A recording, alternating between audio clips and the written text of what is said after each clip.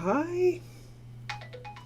Well, hello, everybody. Yeah, I'm getting started just a little late today, but that happens. Well, I've got something today to blow your mind. I'm going to turn two colors into the same color, which is different than what I did the other day on color, which was turn one color into two. So this is what I'm going to do today. Let's just jump on over to my Photoshop. There we are. And so the question I have for you is, are these pretty much the same color? And with what we learned on the other day, we would say that, yeah, they probably are the same color.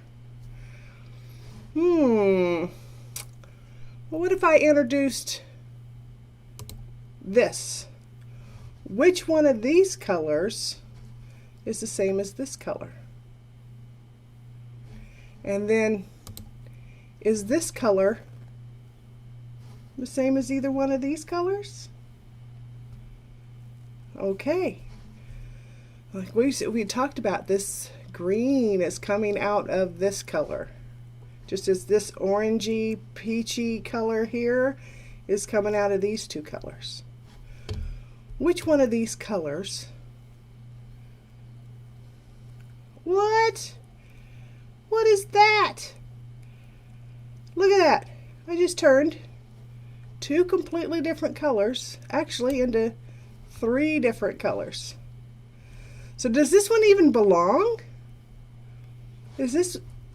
Okay, so we know it's not this one. Is it that one? Here we go. Take it. Oh, look at that! It is the same color. There's no trickery here other than the way color works. Isn't that amazing? So why do you think that nature puts a dark green when they have a bright pink or whatever other color flower? It's to make it pop.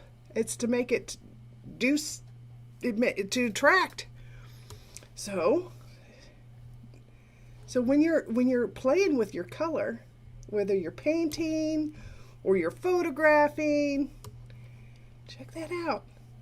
I just think that just blows my mind.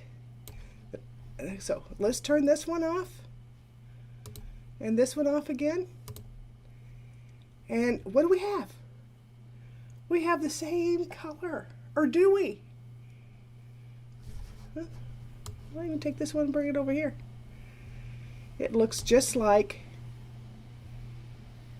this one. I just think that that's just blows my mind. See how that color actually just physically changes in your mind?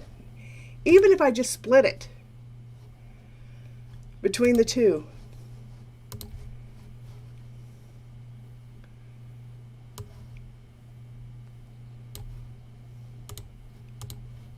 Especially if I leave that line in there.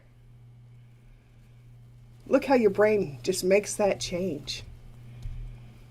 I just think that's amazing.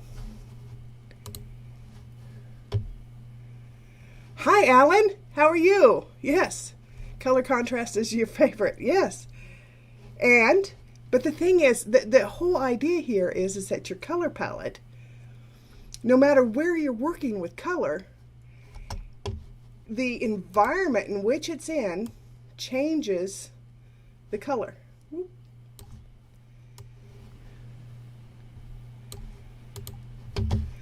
I fell in love with this concept in color. If you want to learn more about color, you can pick up Joseph Alber's book, The Relativity of Color. And he's done extensive research and teaching on how these colors work. And then we switch them around. Now, looky here. This is interesting. So this is the exact same color here.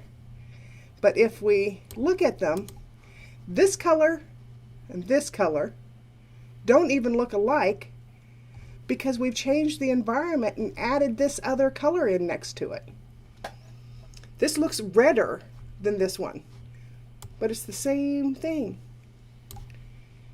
And this one here looks darker because that purple's pulling some of that color out.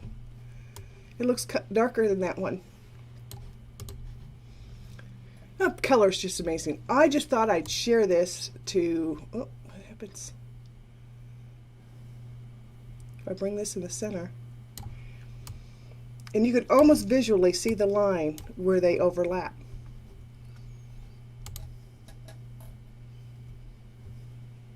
That just amazes me.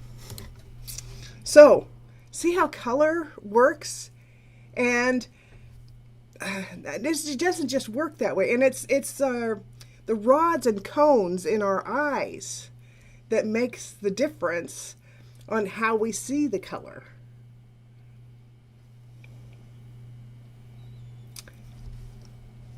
So, turning one color into, oh, got the mailman stopping by.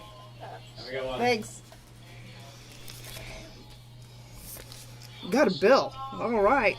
So, I think that this is a color just really just amazes me every time I work with it, which is every day. And these are also the problems I run into with color. Testing, doing a smaller print, and whether or not they go right next to each other. Typically, if you stand back, you can get them about the same color. But this is the science of how color works. It's, you know, all color is it's the reflection of a spectrum back to your eye. So black absorbs all of the color, so nothing's being reflected back, and white is a reflection of all color coming back to your eye. And that's also some of the problems that we have with different monitors being set different. They all reflect the colors slightly different.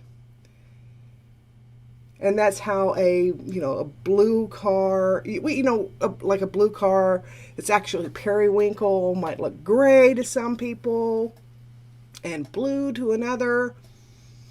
It's all about the environment and our brain being taught what the colors are as we go along, and the lighting environment. So it's the environment in which it's in. And I think that that's just super cool. So since I got a late start, I thought I'd just do this real quick little mind-blowing color. And I don't want to call it a trick, because this is actually, you see this, you experience this every single day in the world around you. You just were unaware of it. So there we go. We get our purples.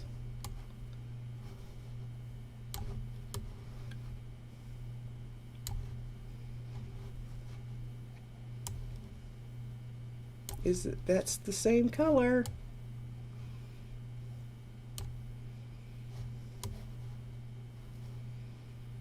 There we go. I just think it's amazing.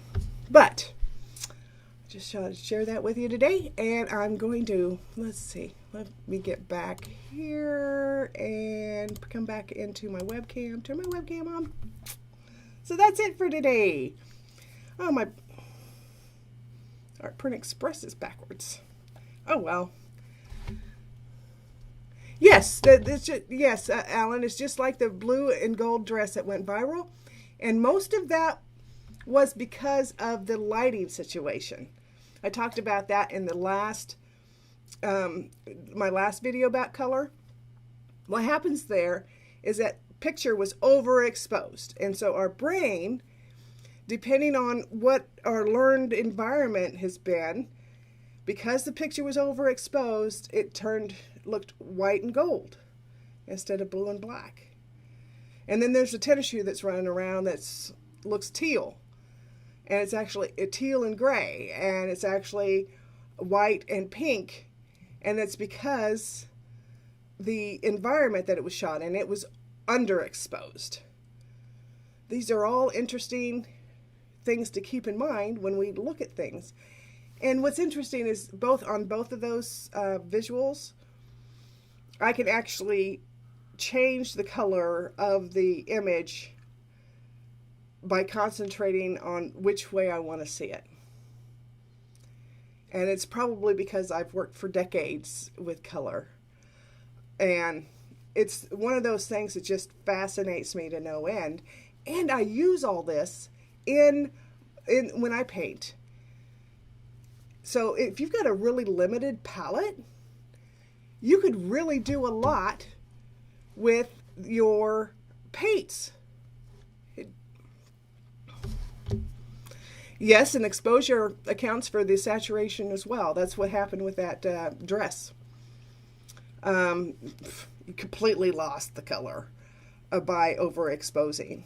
And then you completely grayed out the color.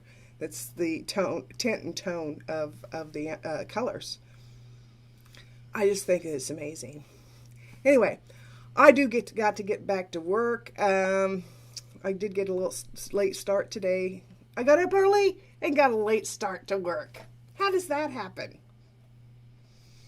Because I get involved in other things. Anyway, so I'm going to thanks, Alan, a lot for showing up today and talking to me. I just love it. And so I'm going to have to go ahead and, there's somebody else watching. So thanks for watching. And I'm going to catch y'all later.